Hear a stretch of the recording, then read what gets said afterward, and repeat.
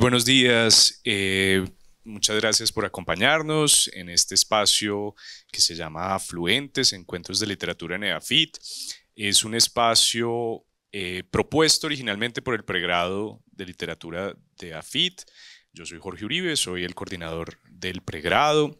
En este día decidimos hacer un trabajo conjunto con la biblioteca, el Centro Cultural Luis Echavarría, que dentro de sus funciones culturales y con la propuesta de ser un elemento clave en ese epicentro cultural que AFIT quiere ser para la ciudad, propone durante esta semana las actividades del trueque literario. Y Afluentes, con la participación de la biblioteca, el pregrado y la editorial EAFIT, unen fuerzas para ofrecer una programación relacionada con el campo literario, una reflexión, oportunidades también de reflexionar, de ver las dinámicas del campo literario, y el Afluentes que vamos a proponer hoy aquí directamente estará relacionado con eso.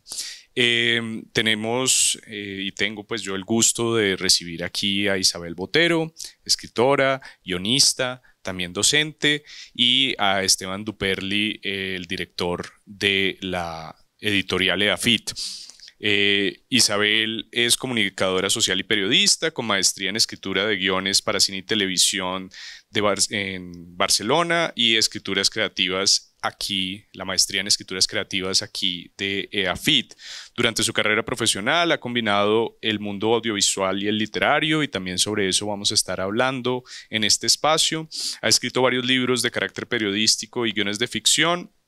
Entre esos está su libro de cuentos Vine a buscar el desierto, que fue ganador del premio del libro de cuento inédito de los estímulos de la alcaldía de Medellín en el 2018, y ese libro sería publicado por la editorial Seis Barral, así como su primera novela, Edificio Wolf, que también saldría publicada por Seis Barral.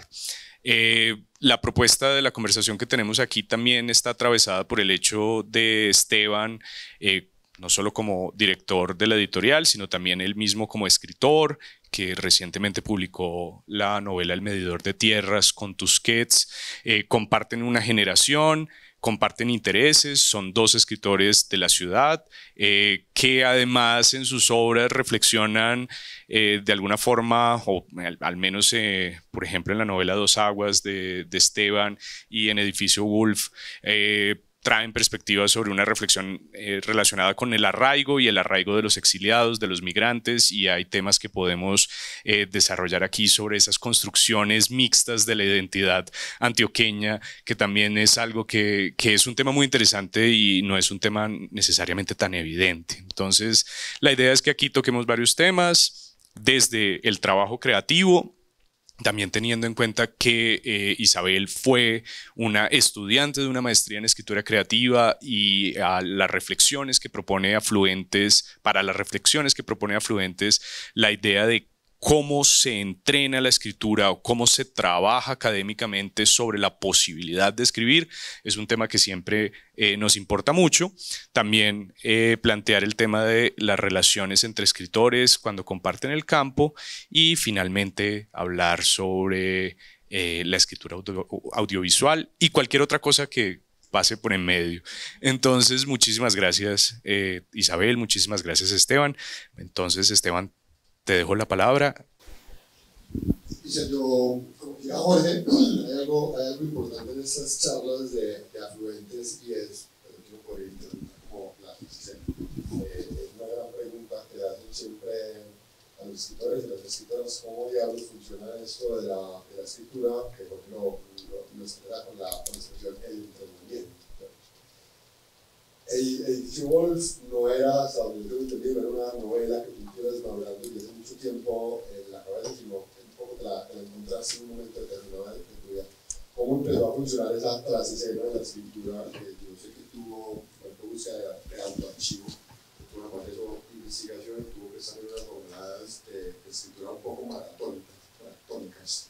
¿Cómo fue esa trasescena de la escritura? Específicamente en Edificio Wolf. Hola, muy buenos días, gracias por estar aquí.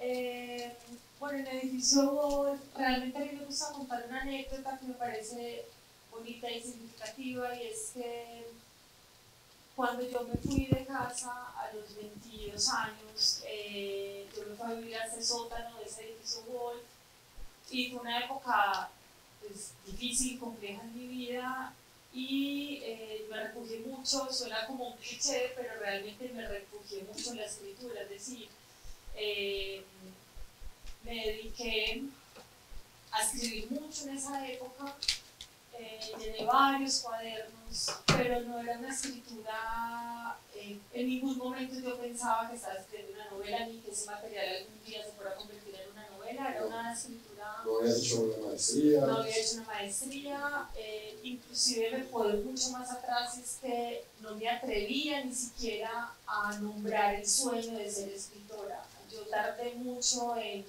poder nombrarlo y decir, yo quiero ser escritora. A mí me daba mucha vergüenza como poner esa palabra en mi boca, ¿no?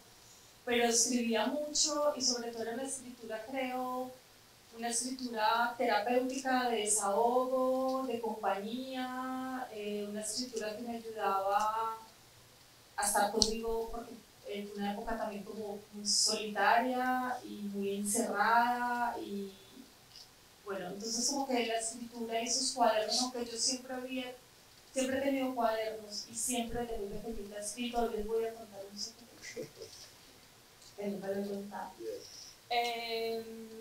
Pero entonces esos cuadernos los fui llenando, y yo salgo de ese sótano a vivir a otro país, me fui a vivir a Israel. Perdón, te interrumpo. ¿En esos cuadernos tenías alguna intención, por ejemplo, de hacer figuras literarias, metáforas, alguna suerte de dirección literaria? Sí, pero de una manera muy inconsciente. Eran sobre todo como diarios, yo los llamo diarios, no diarios, porque no eran cada día, pero sí están fechados. Y si hay una suerte de un intento por escribir algo que me agradara, ¿cierto? Aunque también hay mucho desahogo como casi de adolescente, de hoy amanecí aburrida, ¿cierto? Pero también habían cosas. Entonces a lo que quería ir era que cuando me fui del país, yo en esa maleta empaqué uno de esos cuadernos, como el más gordo, y yo estuve viajando durante casi 12 años en diferentes ciudades, en diferentes Pero países. volvamos un momentico, te fuiste a Israel. Sí, sí. Retomando esa idea. Sí, y me llevé empaqué ese cuaderno, y ese cuaderno me estuvo acompañando en toda esta travesía, que fui muy gitana y me moví mucho, y ese cuaderno siempre estuvo conmigo. Entonces ahora me pregunto yo por qué me llevé ese cuaderno, ¿cierto? Porque era un cuaderno que empezaba y terminaba, o sea, no fue como porque había páginas libres, estaba lleno. Y lo que creo es que quizás inconscientemente sentía que había algo valioso para mi vida, aparte muy íntimo, a lo mejor también era eso, como esto solo me pertenece a mí, esto no lo puede leer nadie, pero tenía otros cuadernos también muy íntimos que los dejé por ahí en una caja. Pero este cuaderno sí viajó conmigo, y realmente este cuaderno fue la génesis de Edificio Wolf. Cuando Juan David me dice, bueno, ¿qué sigue? ¿Qué vas a escribir? ¿Tienes algo? Yo pensé en este cuaderno, y en este cuaderno creo que está la voz de esta chica en el edificio Wolf. Pero había además también fotografías, porque recuerdo cuando presentaste la novela, presentaste unas diapositivas también. Sí, unas diapositivas que no sé por qué las tomé diapositiva, pero tengo unas diapositivas, un taco de diapositivas de ese espacio. Era un espacio, pero me preguntabas cuál era el registro de esa escritura, y es que creo que ese espacio es tan cinematográfico, o era tan cinematográfico, era como un sótano, era sin divisiones, era como un loft que llaman ahora, en un sitio sórdido, había que bajar por unas escaleras, la puerta era una puerta que era de la bóveda de un banco, tenía como unos elementos muy cinematográficos. Entonces inevitablemente sí, también lo registré fotográficamente, y yo me sentía de alguna manera viviendo en la película. Era un momento muy extraño en mi vida, en un lugar muy particular, que ya luego lo que permite también la escritura es ir descubriendo cosas, y es que casi que ese espacio era muy metafórico, era como justamente el lugar que yo necesitaba para morirme, ¿cierto? Casi que fue un ataúd de alguien que fui yo para salir convertida en otra cosa. ¿Cuándo te pillaste esa metáfora? Porque yo pensaría que es la génesis de la novela. Es decir, está el cuaderno del desahogo, de algunos intentos literarios, y ese es el insumo de la novela, pero finalmente te diste cuenta que eso guardaba una metáfora. ¿Cuándo fue ese descubrimiento? Escribiendo la novela, sí. Sí, el cuaderno es muy literal, ¿cierto? Como es muy literal en el sentido de no hago este tipo de reflexiones, lo que eso sucede después. Ahí es interesante ver cómo esas metáforas de alguna forma cristalizaron. De hecho, en la prosa, pues no, seguramente no es el momento clave ni nada parecido, pero parece que a Edificio Woolf lo acompaña una reflexión por un vampirismo amistoso, que también está pues encarnado en esa figura de ese fantasma que no es malo, pero también, y bueno, y hay un episodio también en donde hay una imagen de una mujer vampira que asusta a un hombre, pero de una manera como medio entre lo lujurioso y lo divertido y lo del juego. Y estas metáforas están directamente cristalizadas en el texto, pues, o al menos yo encuentro algo parecido en la página 23, que dice: vivía la situación del país con la incredulidad de estar viviendo una película de Murnau, con personajes de teatro vampíricos vestidos y maquillados para una comedia de terror de coreografías multitudinarias de seres deshumanizados. Esa idea de que la visión del cine es una metáfora también de la construcción de la prosa, me parece interesante y nos va como aproximando a ese tema de la escritura de lo audiovisual. No obstante, yo quería hacer aquí como un ir para atrás biográfico, porque no queriendo ser demasiado enfático en coincidencias entre ustedes y el trabajo que hacen, pues los dos estuvieron en Israel. Me llama la atención cómo estos recorridos, antes de que hablemos de que comparten el editor, exacto, esto es un diván psicoanalítico, y ahora quiero entender cómo estos escritores que reflexionan, como decía al comienzo, sobre esta, no sé, arqueología o antropología de la identidad paisa en sus orígenes migratorios, también fueron a Israel, y me gustaría saber un poco por qué, cómo llegaron allá y si eso tiene alguna relevancia para este recorrido. Yo aquí estoy más, pero dale, contá primero tu razón de...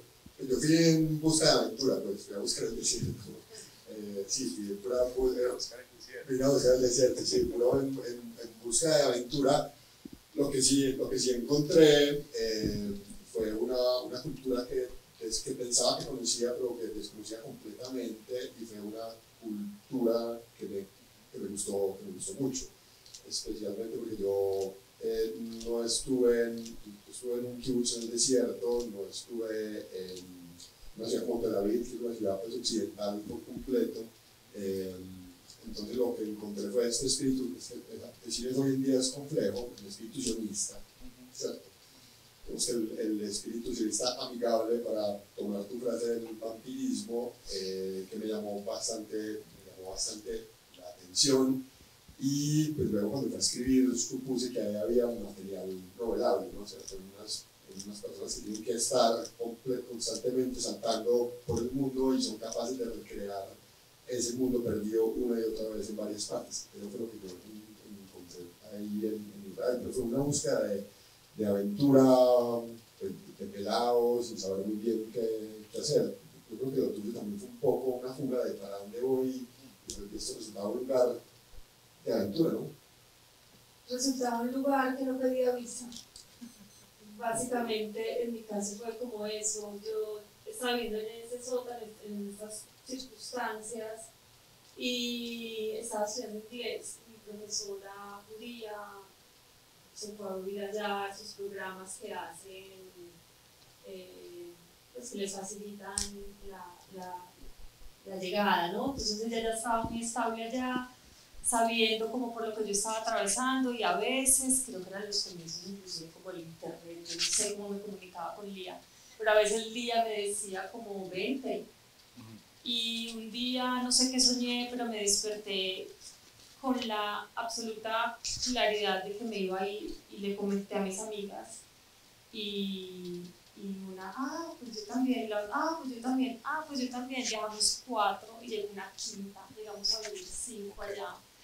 Y creo que es un asunto, no me parece coincidencial, creo que también tiene que ver con esos comienzos del 2000, con una incertidumbre, habíamos terminado la universidad, pero no veíamos qué hacer en esta ciudad.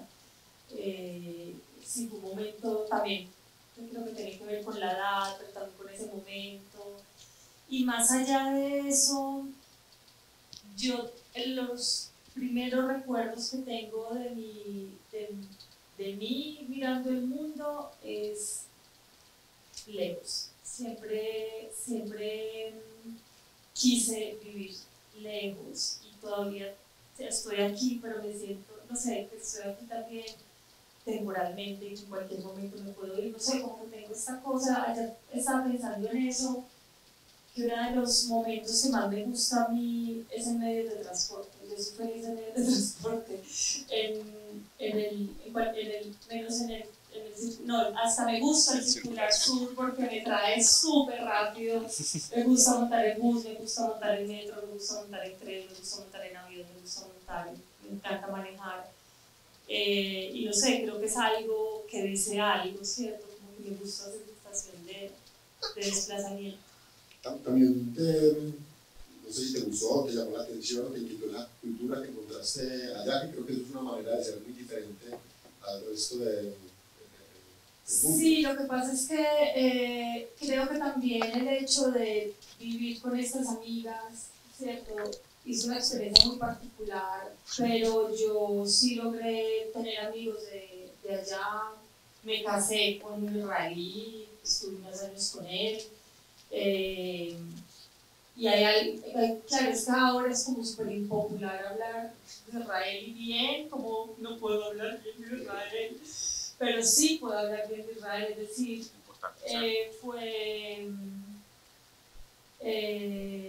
me parece culturalmente muy rico desde muchos puntos de vista.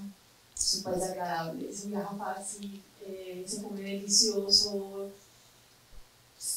percibí mucha inteligencia a mi alrededor, gente muy inteligente, muy brillante, muy talentosa, o tuve la suerte de rodearme de gente muy inteligente y muy talentosa, y con una sensibilidad muy especial. Por ejemplo, Gone, este ex, había crecido, casi que nacido y crecido en un kibutz, lo que se llama ya los kibutzniks, y realmente es una mentalidad muy diferente de este tipo, un poco extraterrestre también, porque viven en unas condiciones muy particulares. Y él era músico, y yo creo que tenía una rayita ahí como de, y vivía en un mundo, en su kibutz mental. Él vivía en un kibutz mental, pero que yo luego fui entendiendo que también ese formato del kibutz es muy particular. Ya que estamos en el diván psicoanalista, ¿creerías que hay alguna conexión inconsciente entre luego el escogido para los personajes de tu novela, justamente unos alemanes?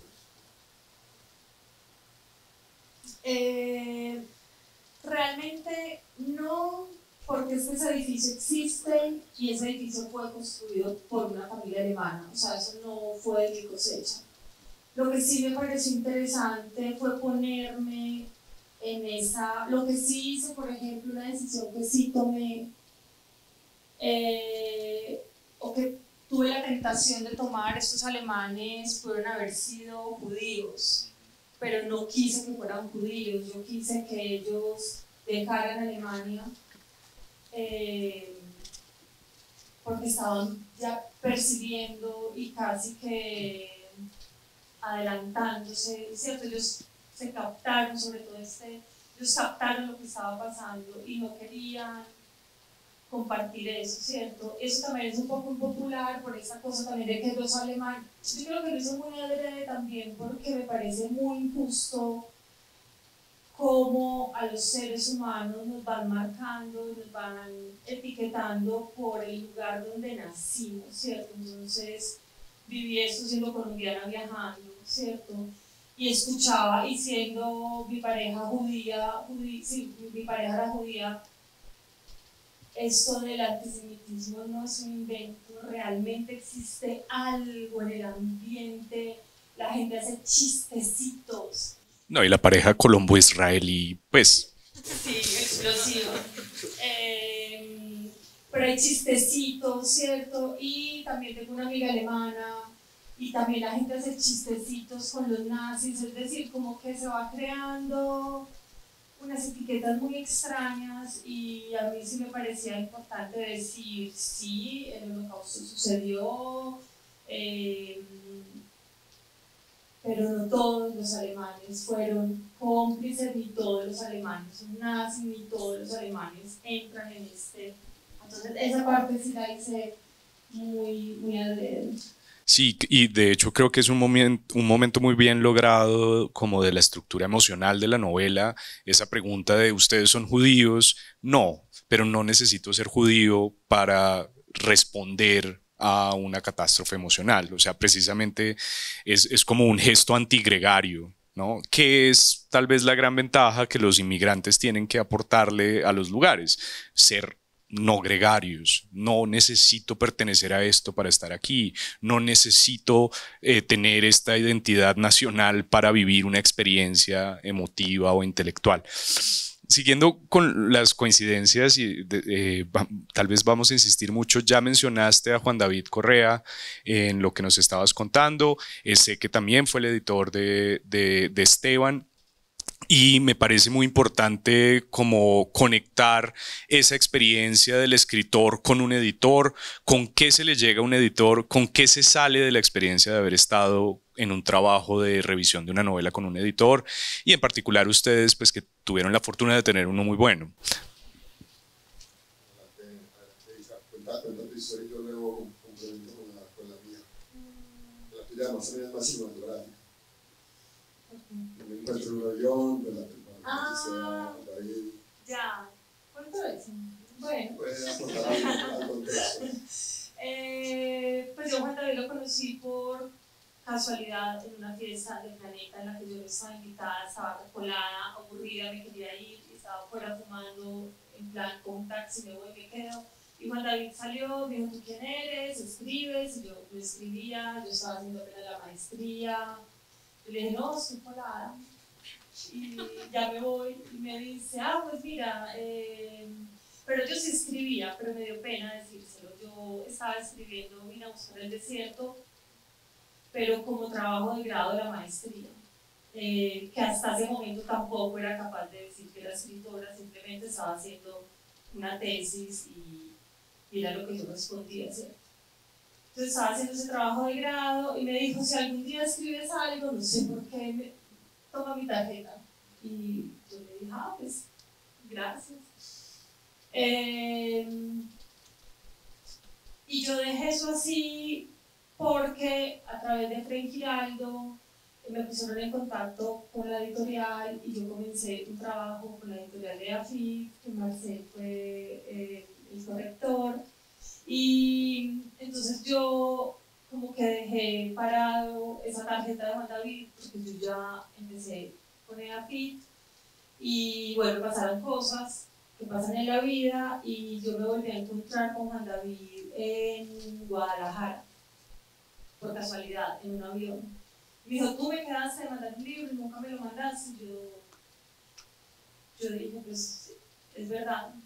Pero bueno, pasaron cosas y decidí entonces retirar el libro de la editorial. Tranquilas, tranquilas. Viejas heridas. Pero lo que estoy contando no es para quedar bien, lo hice así, es decir, primero retiré el libro de la editorial y luego se lo mandé a Juan David en un acto de, me pude haber quedado sin el, ¿cómo se dice? Sin el ratón, sin el queso, sin nada. El ratón era por el sótano. Y me arriesgué y tiré eso así y Juan David nunca me contestó, pasó unos meses sin que Juan David me contestara y yo pensé, efectivamente me quedé sin el pan y sin el queso y me respondió como a los meses que estaba interesado en que lo iba a publicar.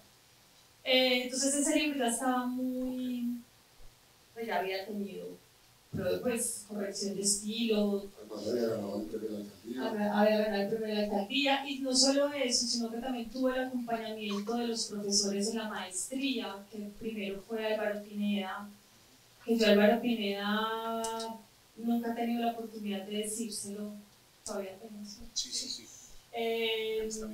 Alguna vez, comenzando apenas la maestría, pidió como los primeros textos y yo entregué un texto que aparece aquí, que se llama Ador, que es de la historia de un perrito. Y 3,5 y yo como, bueno. Entonces yo le dije, profe, ¿puedo Arriesgada. no tan, bueno, le dije, profe, yo le puedo repetir el trabajo, no me cambié la nota, pero yo le puedo repetir el trabajo. Y me repítalo. Entonces lo repetí y se lo entregué. Y me dijo, si tú podías escribir algo así, ¿por qué escribiste algo así? Y eso para mí creo que me cambió la vida, realmente, y mi posición frente al libro. Entonces, bueno, a ella le tocó eso, un libro. Bueno, después quería hablar de sus profes, fue Álvaro Pineda. Sí, tal vez de la maestría. Mora, gran lector y gran comentador también, me gustó mucho trabajar con Fernando. Y por último fue el escritor de José Libardo Porras, hermoso también. Entonces, claro, ese libro estaba ya muy listo, entonces Juan David simplemente mandó a imprimir. Y con Edificio Wolf,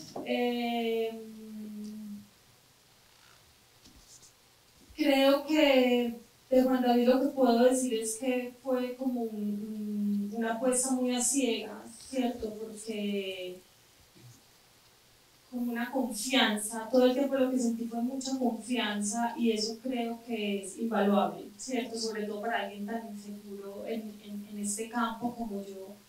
Y fue como todo el tiempo un respeto y mucha confianza, ¿cierto? Y eso me permitió como avanzar y terminar y motivarme. Pero no creo que puedo decir que tuve como un trabajo editorialmente hablando de mucho diálogo, realmente no sucedió así, pero creo que sí lo que hizo como editor fue confiar, creer y darme todo ese apoyo, que eso también es la función, creo que en diferentes tipos de procesos editoriales, el mío fue como así, y fue así, ¿cierto? Y no pudo haber sido diferente, fue como fue, ¿cierto? La existencia del Edificio Wolf y del medidor creo que corresponden a un interés del editor de crear un catálogo ambicioso. Y eso incluyó un montón de voces ya muy, o de firmas pues ya muy reconocidas y con mucha trayectoria y unas apuestas desde, ¿cierto?, que incluían a Isa y que incluían a mí. Entonces, yo creo que eso también es importante en esta conversación, que lo acaba de decir Isabel. El trabajo editorial pues es un ámbito amplio. Está por supuesto el trabajo del editor de mesa, entrar al libro, corregir palabras, por sacar la mejor versión posible del objeto propiamente dicho, pero también hay un trabajo un poco más conceptual o etéreo, que es que busca el editor a conformar un catálogo, y esa es una apuesta grande que Manuel Correa había hecho como editor general, no recuerdo su cargo en Planeta, de un catálogo amplio con características latinoamericanas, que fueran unas historias que llamaran la atención a todo un ámbito geográfico y cultural, por decirlo de alguna manera. Y arriesgarse con voces nuevas, gente desconocida, que eso es muy valioso, ¿cierto? Entonces, no, yo hice lo de pues, el trabajo mío fue un poco, fue un principio más sufrido porque yo tuve varios reveses y manuscritos que no funcionaron, pero también sentí esa apuesta incondicional de la confianza que creo que es importante de un editor, y es confiar en que su escritor al final le va a devolver algo bueno, tome lo que tome. Hay dos cositas, también entendiendo que estamos hablando con un público que puede tener unas ideas prehechas de lo que quiere decir el trabajo editorial. Creo que podemos como demorarnos un poquito más en explicar, Esteban, por ejemplo, eso. ¿Qué quiere decir entregarle a un editor un trabajo que todavía no está listo? Por ejemplo, la gente piensa que es que los libros le salen de la cabeza a los autores. No, los autores no escriben libros, no hacen libros, perdón, ese es el término. Los autores no hacen libros. Los libros pasan por un montón de cosas antes de ser libros, y a veces hay manuscritos que no están listos o que tienen un tipo de énfasis que puede ser ajustado.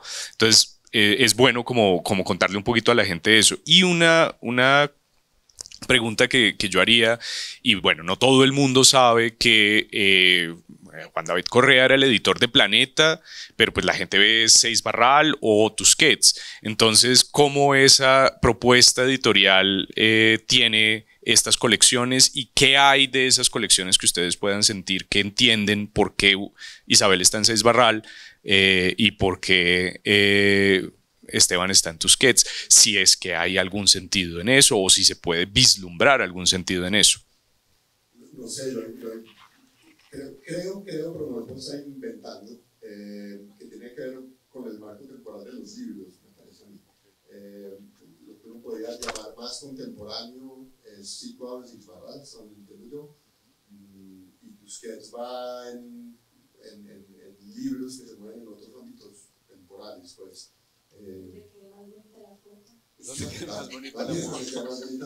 Pero se los pongo entonces de otra forma. ¿Qué autor de Tusquets o qué autor de Seis Barral sienten ustedes que está asociado o que queda asociado a lo que ustedes están haciendo?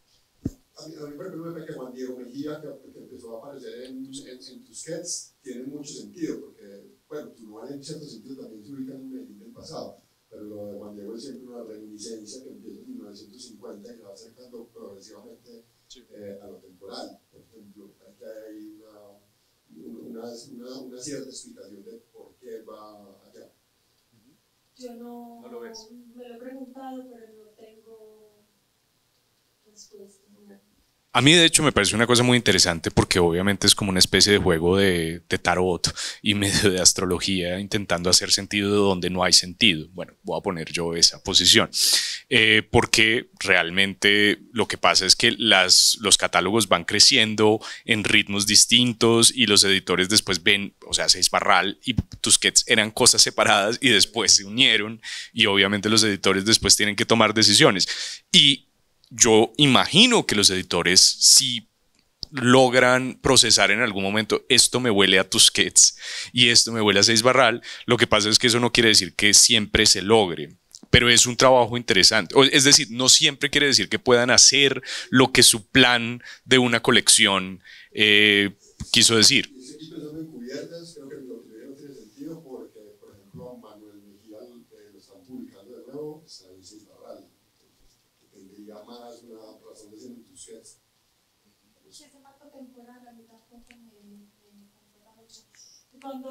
Cuando la publicación de Vine a buscar el desierto, la primera invitación de hecho de Juan David fue que iba a ser en un sello naciente que estaban creando. Okay. Y luego, no sé por qué motivo, no sabes qué, vamos con Seis Barral. Pero eso inevitablemente tiene consecuencias. Es decir, el proceso puede ser completamente random, pero los procesos random a veces generan patrones que parecen no random. Y entonces, por ejemplo, inevitablemente alguien que esté mirando obras de Luis Miguel Rivas va a encontrarte a ti más rápido, y no sé, alguien que esté mirando, bueno, sí, a Juan Diego Mejía encontrará a Esteban. También se les atravesará por ahí, por el camino de Beli Rosero. Cosas así van a empezar a pasar en los lectores y en la construcción de una propuesta editorial para los lectores. Aquí, para mí, por ejemplo, nunca me dijeron en qué colección iba yo, pues, cuando el medidor apareció en Tusquets, para mí fue también un poco una sorpresa. Sí, lo que comenté, que al principio me dijo que iba a ir en un sello que estaban creando y después me dijo que sí iba para Sexo Radio. El sello no apareció. ¿Ah? El sello que se estaba creando no... Sí, creo que publicaron un libro, creo que parece este libro del Dina... No. El Minatomo. Del Minator. Ah, ok. Pues, el sí, pero estamos hablando de ropa íntima, ropa interior, exactamente, ropa interior, sí. Sí, que estuvo nominado acá al premio de biblioteca, entre los 10 finalistas del premio de biblioteca de aquí. Y tu otra inquietud, Jorge, era por entregar un trabajo inacabado. Pues a mí alguien me dijo alguna vez que ser editor era sobre todo decir que no y saber decir que no. Y yo creo que el mundo editorial es un mundo de muchos más no que de muchos sí, creo que es un mundo de habitualmente decir que no. En el caso mío yo tuve todo rechazos y medio, de lo que luego se convirtió en el medidor de tierra, es decir, 2 manuscritos y medio que no funcionaron, y pues, desde la perspectiva del escritor, por supuesto, eso es supremamente frustrante, ¿no? Y uno hace un poquito ahí de show y de no me comprenden y toda esa cosa, en fin. Sin embargo, yo creo que justamente pues, la virtud de trabajar con un escritor es no ponerse en las manos de alguien en quien hay que tener plena confianza. Yo, pues como en la vida había trabajado como freelance, como periodista, y yo confiaba en que me estaba llevando por el camino correcto. Pero sí es exponerse pues, a una grave frustración tenaz, además, pues porque escribir pues, un montón, escribir algo bueno, algo malo, que es el mismo trabajo, ¿cierto? Y entonces luego de un año de trabajo, la respuesta es la novela entera está todavía por resolver. Y luego 8 meses más de trabajo y la novela aún no funciona, pues sí es confuso, pero creo que parte de ser escritor o de querer progresar como escritor es aprender también a recibir esos no. Y luego, pues, en buena medida su labor de editor creo que era eso, confiar en que al final iba a llegar un manuscrito bueno, tomar el tiempo que tomara. Eso es muy importante, lo de tomar el tiempo que tomar, y quiero retomar eso porque jamás sentí presión de Juan David de cómo vas, mándame un adelanto, quiero verte, cero, era como, y ese mensaje me lo digo como varias veces, el tiempo que haga falta, que eso creo que a veces no es fácil para las editoriales, me imagino que para unas más que para otras, pero eso me pareció importante. Y también un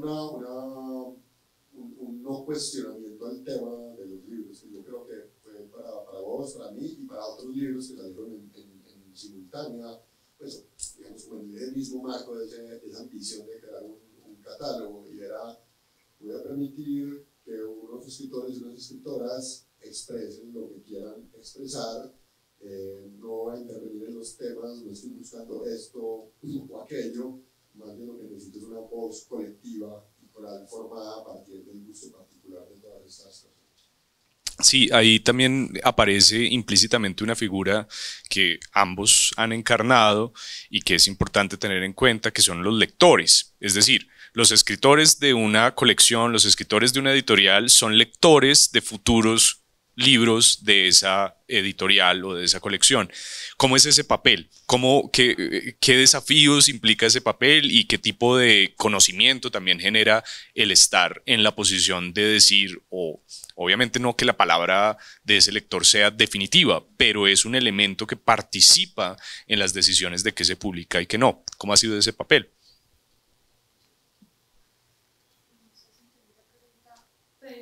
De los lectores. ¿Que trabajan para editoriales? Exactamente. Yo nunca he estado en ese Ok. papel, no. Pero vos has sido jurado de premios y eso, ¿no? Jurado sí, jurado sí. Yo tengo con Isabel, el libro de Vine a buscar el desierto, a mí me lo mandaron como evaluador, cuando estaba justamente en ese papel de planeta. Y Isabel, cuando yo leí quién era la autora, yo no sé cabos que era esta Isabel. Yo recuerdo que luego me quedé entregado la evaluación, a mí me quedó como para allá sonando, y yo le pregunté a los Burgos, justamente, yo le dije como de, vení, ¿quién es esta escritora? Y yo, pues claro que la conoces, y la dice, ok, porque vamos a hacer un taller juntos, de escritura de guión, con Burgos, etc. Y luego, de una manera mucho menos comercial y menos contractual, habíamos emprendido la escritura de las dos novelas más o menos en el mismo tiempo, y recuerdo que fue en una fiesta del libro que nos dimos cuenta que estábamos en ellas y decidimos intercambiar manuscritos, que yo leyera el edificio Wolf y que tú leyeras el medidor, y nos sentamos a conversar, recuerdo en unas sillitas así, y voy a mezclar temas, pero yo creo que es la importancia nunca manifiesta de esos espacios. Y es, uno se pregunta para qué diablos sirve fiesta del libro, y es claro, para presentar los libros de los autores reconocidos y otro montón de cosas, pero también para que este tipo de cosas surjan, que es muchas veces una discusión que también se lleva a ámbitos como las universidades, pues para qué sirven las cafeterías, y creo yo que las cosas más importantes que he hecho yo en la FIDE desde que llegué han surgido justamente en conversaciones de cafetería. Entonces estos espacios que muchas veces se preguntan para qué sirven, pues para que un par de escritores en ciernes puedan tener la confianza de intercambiarse manuscritos y hacer la lectura. Y eso fue muy chévere porque pues, me sacó, en el caso mío particular, me sacó de ese ensimismamiento que estaba yo con mi mismo manuscrito, y me permitió ver a alguien que estaba más o menos en mi misma situación, también porque caminos estaba caminando, y hacer una lectura lo más objetiva posible que podía hacer yo de lo de Isabel, pues en aras de que le sirviera en retroalimentación, y para mí también fue la primera vez que yo había puesto mi manuscrito a que lo leyera alguien más. Y recuerdo, de verdad, con mucha simpatía esa conversación que tuvimos en unas sillitas similares a esta, entre la bulla de fiesta del libro. Sí, yo fui muy celosa con la novela, como que con el libro de cuentos creo que se lo mandé hasta, o sea, lo repartí, como necesitaba como opiniones, a pesar de que sentí todo este apoyo y toda esta cosa, yo sí me sentía como insegura, y se lo mandé a Burgos, se lo mandé a no sé quién, se lo mandé a no sé quién, y eso es bueno, pero también esconde trampas, ¿cierto? Porque en el fondo también lo que estás mostrando eso es que necesitas validación, que necesitas, y eso te puede también confundir un montón, porque es que si se lo mandas a 5 personas van a tener opiniones diferentes, y eso puede ser confuso y desmotivado. Bueno, creo que puede tener cosas buenas, pero también problemas. Entonces, con el edificio Wolf sí lo tuve como solamente, se lo había mandado a Juan David, pero fue como silencio administrativo un montón de tiempo, y yo estaba muy ansiosa y con muchas ganas de compartirlo, pero tampoco encontraba a esa persona, porque todo el mundo vive muy ocupado, leerse un tocho de no sé cuántas páginas, la gente no tiene tiempo realmente. Entonces también encartar a la gente con eso pues, no tiene mucho sentido, también qué tipo de retroalimentación vas a recibir.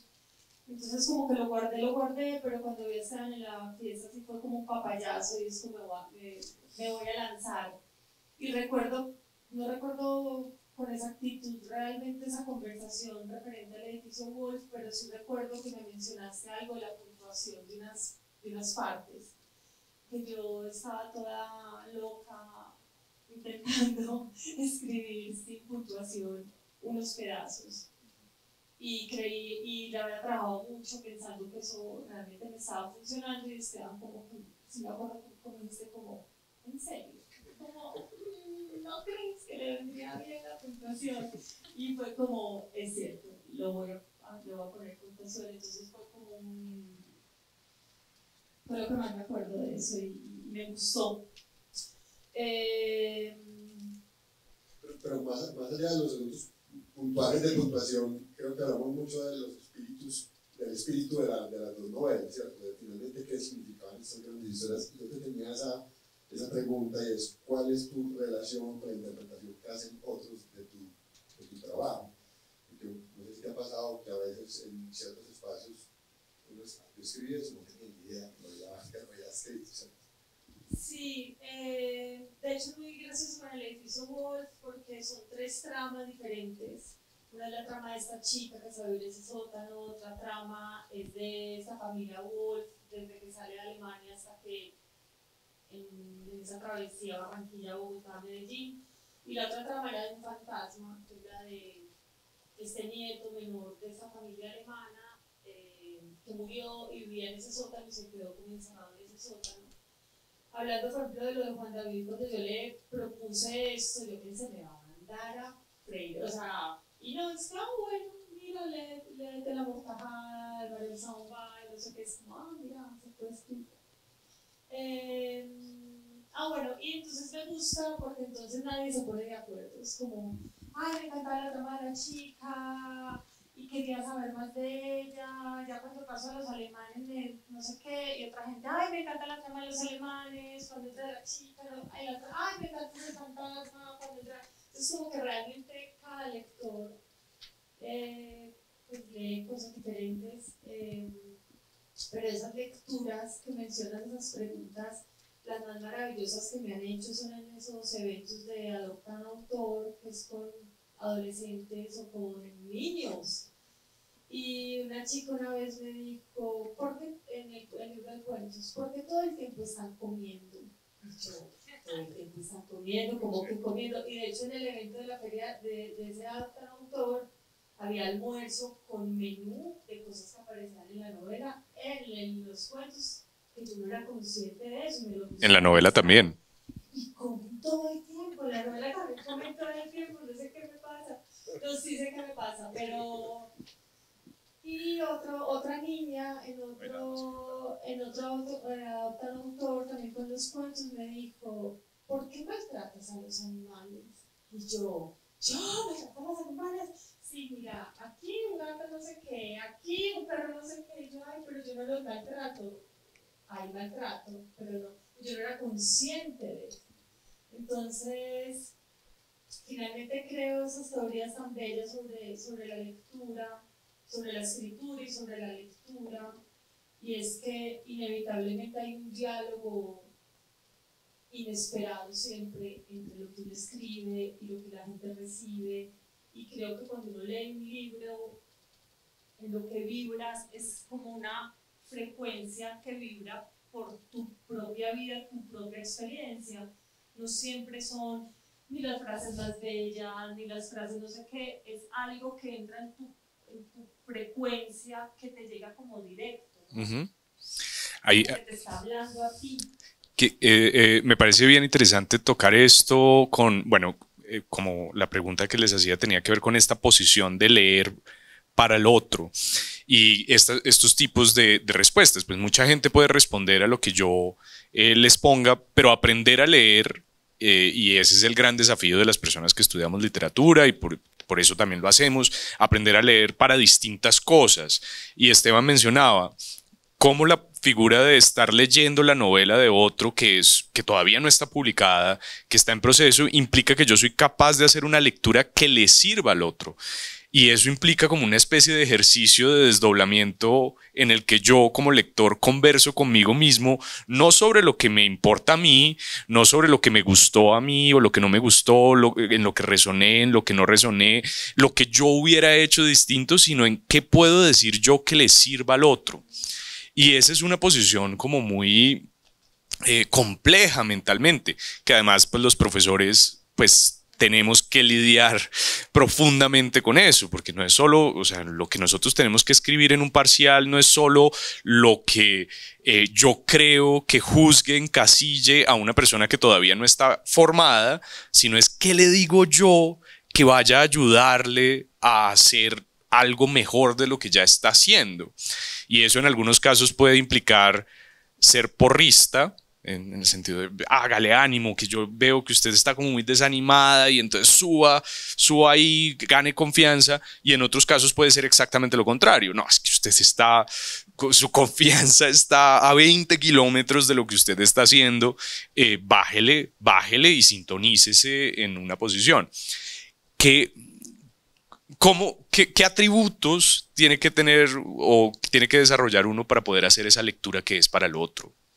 Yo creo que uno entra a esos textos un poco con una actitud de le voy a contar las costuradas.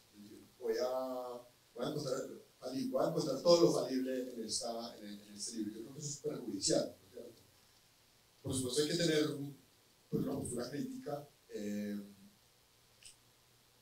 pero es justamente cuál, y lo hemos conversado a veces también en la editorial, más allá de que un texto en su etapa embrionaria pueda tener vicios de forma que dificultan el fondo y que hacen difícil una lectura, pero es finalmente encontrar si allí en esa historia está, o sea, si allí en ese texto está una historia que tiene valor. Y yo creo que eso involucra un desarmarse de uno mismo. Y yo a esto no va a encontrar lo falible, sino que va a encontrar lo infalible, o sea, que verdaderamente.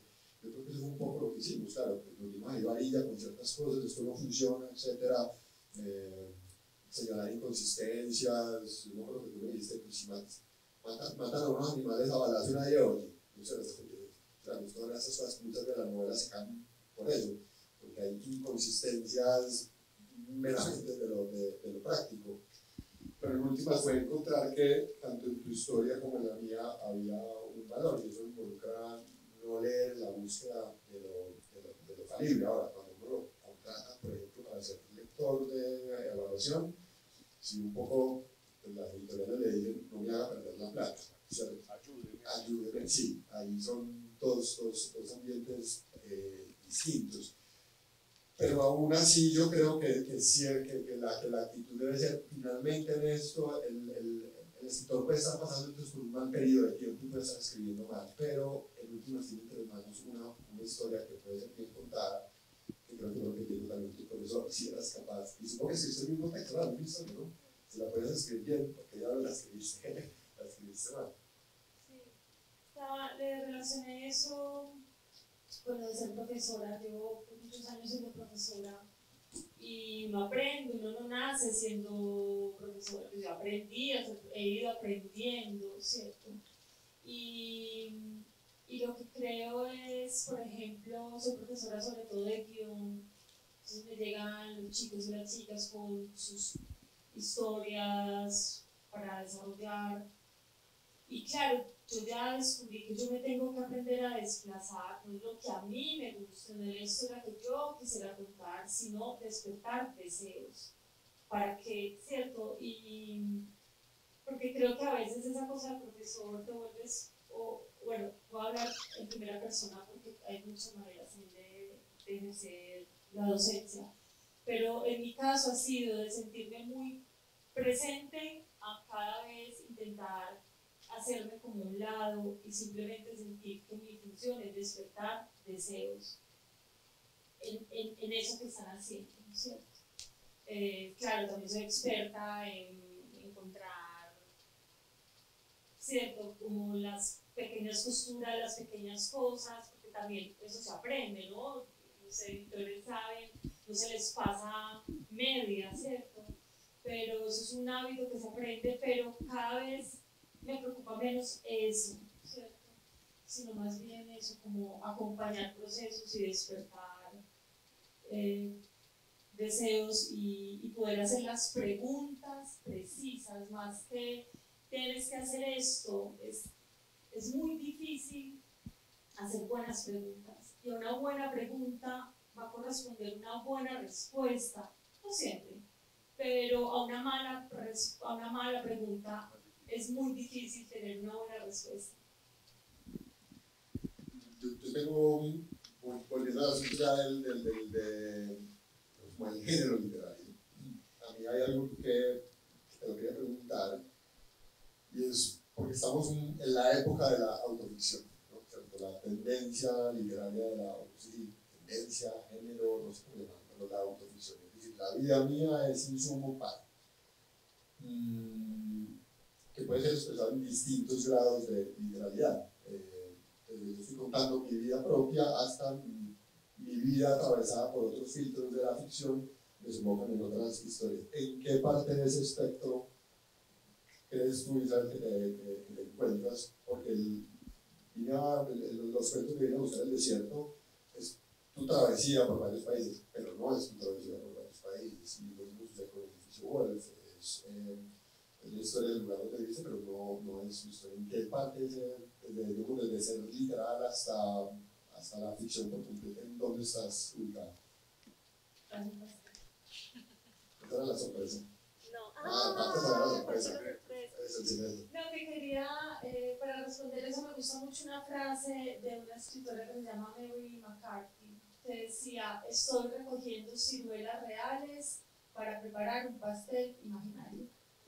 Y yo leí eso y me identifico absolutamente con eso, como que yo sí siento que necesito recoger vivencias reales, como ser atravesados, como que físicamente yo viva, ya sea porque escucho o porque vivo una situación, pero sí necesito cierto grado de esa cosa carnal y palpable de mi cuerpo, ¿cierto?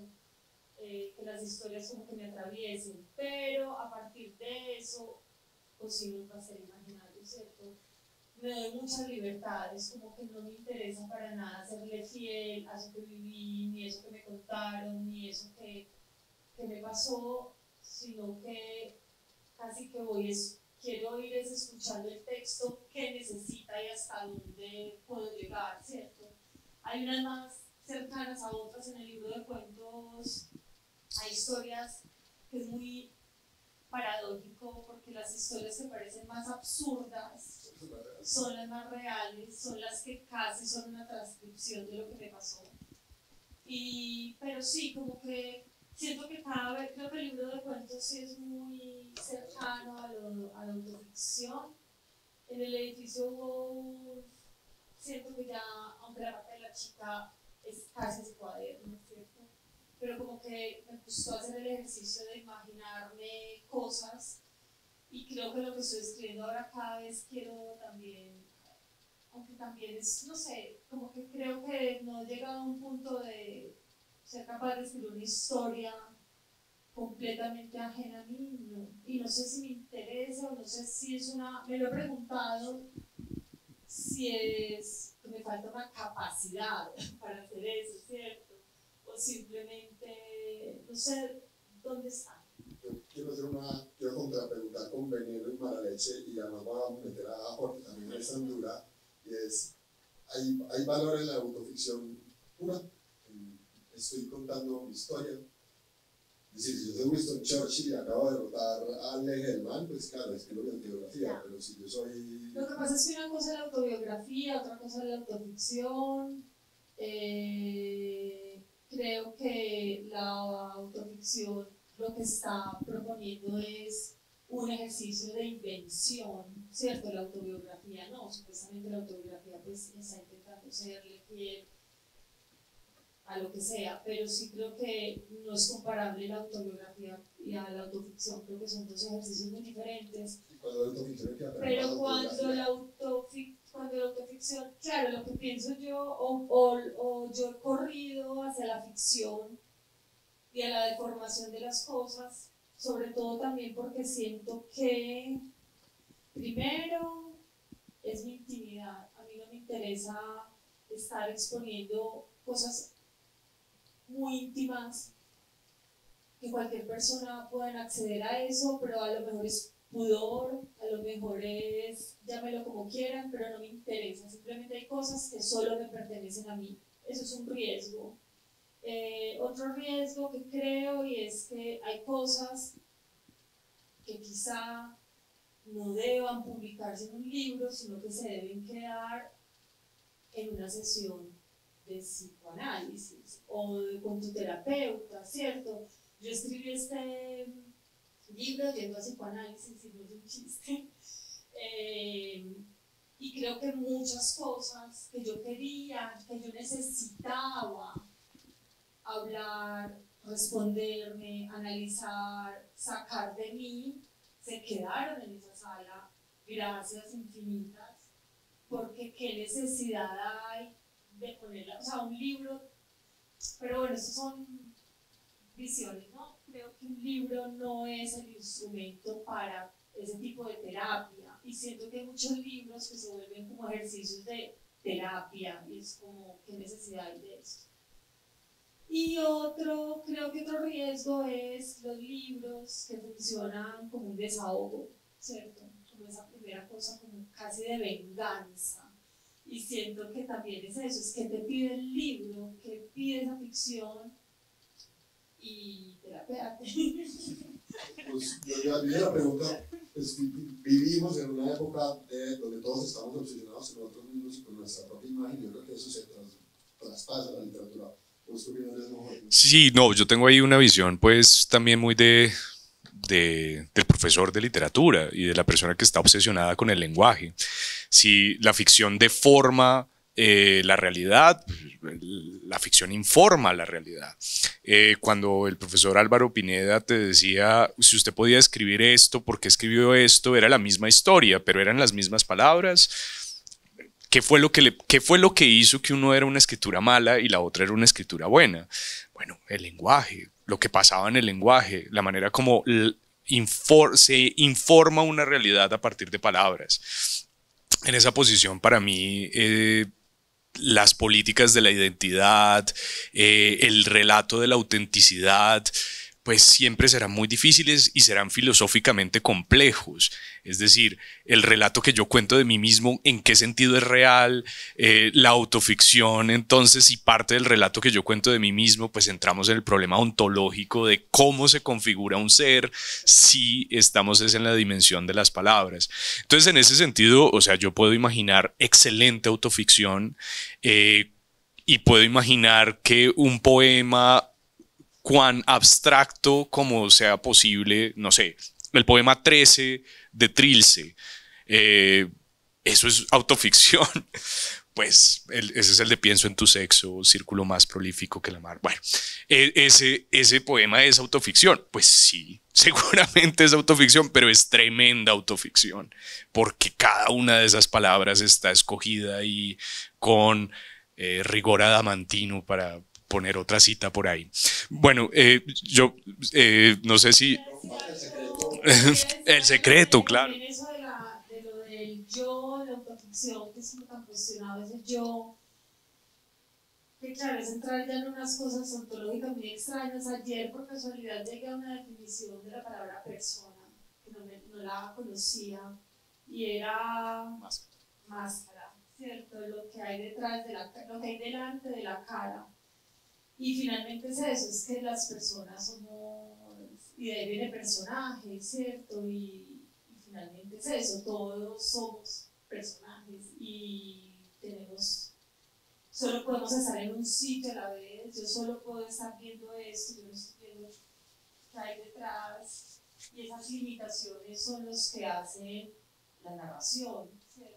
Entonces creo que es una conversación interesante. Mi confesión es que se me daba mucha pena contarlo, pero me propuse contarlo, y era que cuando esto de cómo encajar esta definición de escritora, reconozco que muy jovencita sí alcancé a tener ese sueño y empecé a escribir un libro. Yo estudié en la enseñanza, un colegio de monjas, y desde muy jovencita empecé a ir a un grupo que se llamaba Compañeras de Santa María. Hacíamos trabajo social en Moravia, bueno. Y yo crecí como con esta filosofía, bueno, de la ayuda al prójimo y todo esto, que no la desprecio para nada, me parece muy importante, pero hay una trampita pues ahí también. En todo caso, creo que con 13, 14 años empecé a escribir un libro que se llamaba Los de arriba y los de abajo. Y después en el colegio nos pusieron a leer Los de abajo de Mariano Azuela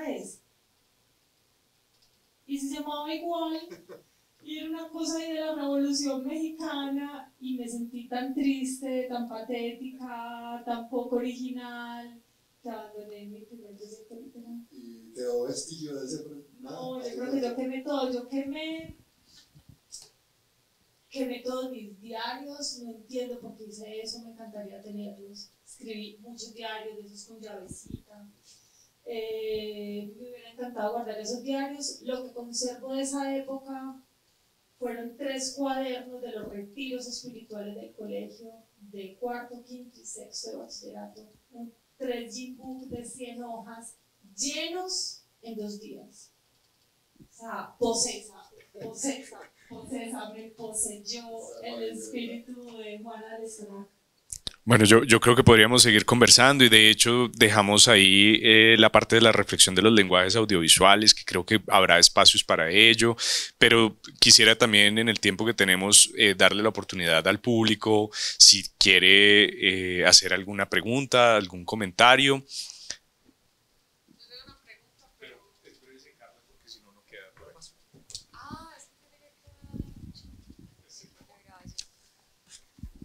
Ah, no puede quedar la voz ahí como fantasma. Bueno, yo tengo como unas preguntas, pero me quedé pensando como en dos cosas.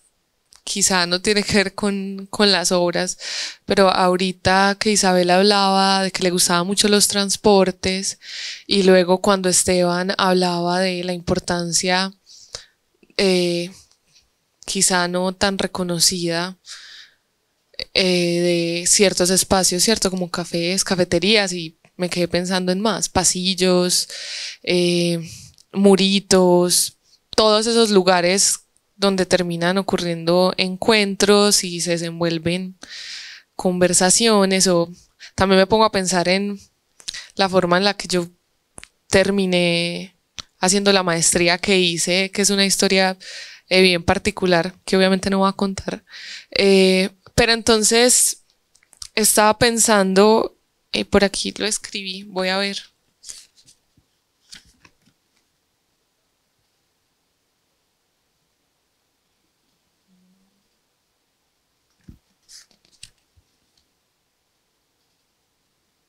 En fin, no lo encontré. Estaba pensando como, ¿qué es lo que hace el transporte público o los medios de transporte un lugar o un espacio que te guste tanto? Porque estaba pensando que es como un espacio no espacio, es un espacio raro. Y lo mismo acerca de cafés, cafeterías, pasillos, etcétera. Son espacios como de tránsito, ¿cierto? Uno o a algo muy específico, a comer o está pasando por ahí o son espacios que no suelen ser de algún modo el destino. Entonces estaba pensando en eso y la pregunta es, ¿qué es lo que hace tan atractivos y tan importantes esos espacios para ambos? Pues aquí pensando, creo que en mi caso hay algo que no había caído en cuenta y era que solo puedo estar haciendo eso que estoy haciendo, que es desplazarme. No puedo estar leyendo, ni mirando el teléfono, ni escribiendo. Solo puedo estar sentada. Si tengo suerte, puedo encontrar banca, pero puedo estar sentada, mirando el paisaje y mirando a la gente que tengo a mi alrededor. Creo que son momentos para mí de una observación muy aguda de la vida y del presente. O sea, en un medio de transporte estás ahí, es como un presente comprimido muy extraño. Creo que a mí me lleva a eso, a que no soy capaz de hacer otra cosa. Cuando yo en un avión no soy capaz de leer, no soy capaz de escribir. En un avión yo estoy en un avión, pues moviéndome por el cielo, pero no soy capaz como de estar en otra cosa diferente. Si me toca la ventanilla, estar mirando por la ventanilla. Y sí, para mí creo que son momentos de un presente muy intenso y de ejercicios de observación muy intensos. Yo complemento la respuesta de Isabel robándome una frase de Ignacio Piedrahita en algunos de sus libros de viaje, y no sé si la frase que abre el libro está en el primer párrafo, con su vida dice: estar en movimiento me relaja. Y él se monta un bus y arranca un viaje y estar en movimiento me relaja. Y yo supongo que eso activa sobre la psiquis, pues. Inclusive circular, sí. Y en el caso de lo que ha dirigido a mí, de estos lugares, lo que creo que es la antropología que llaman los lugares, que son los aeropuertos, los lugares de paso. En mi caso ahora, y me permito pues también un asunto personal y es, por ejemplo, Dos Aguas fue una novela de conversación de Murito con el editor. En ese entonces era José Ardila. Nuestras conversaciones eran de Murito tomando cerveza. Y cuando yo luego fui a escribir una novela que era, digamos, algo un poco más formal, yo creo que parte de mis dificultades fueron ese recubrimiento de formalidad, que había contrato y había una facultad mucho más solemne.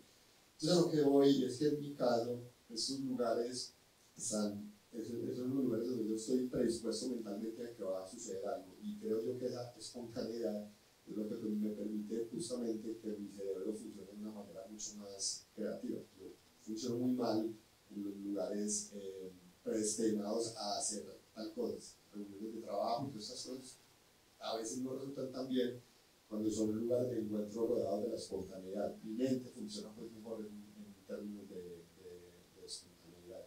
Entonces ahí es donde yo creo que las conversaciones de pasillo, de cafetería, terminan siendo unos lugares de encuentro muy productivos, justamente porque nadie está en la actitud de vamos a producir, sino que es que nos encontramos y de rebote resulta que se nos ocurrió estas cosas.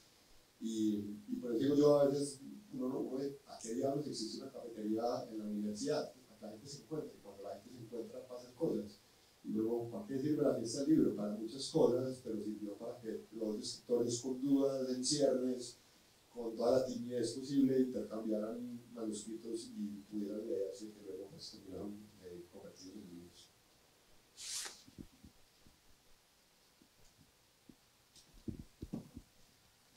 Gracias. Hola, ¿cómo están? Bien, mucho gusto, María José. Isabel, me gustaría preguntarte, a ver si de pronto nos podrías contar un poco de qué trataba tu libro tu escrito, no sé cómo le llamarías, de los de arriba y los de abajo. No sé si de pronto recuerdas. Sí, yo creo que eran un poco unas memorias de esas visitas a Moravia, que íbamos, claro, un grupo de chicas privilegiadas, que llegábamos, que nos recogía el bus nos llevaba, el bus nos recogía, luego nos llevaba a la casa, llegábamos a la casa y nos estaban esperando con la comida, ¿cierto? Y era muy fuerte lo que nos tocaba vivir allá, ¿cierto? Era cuando era la casa que yo visitaba, nos asignaban como unas casas, y cada 15 días íbamos como con alguna actividad que podía ser enseñar, aparte es eso, enseñar, pero sí, hacerle las tareas a los niños, enseñarles a, ¿cómo se llama? Con las botellas para cosas de reciclaje o de hábitos de higiene, pues cosas así, súper simples, porque la casa a la que yo iba estaba sobre el basurero municipal, ¿cierto? Eran unas condiciones este señor, recuerdo que era vendedor de fruta, vendedor ambulante de fruta, en fin.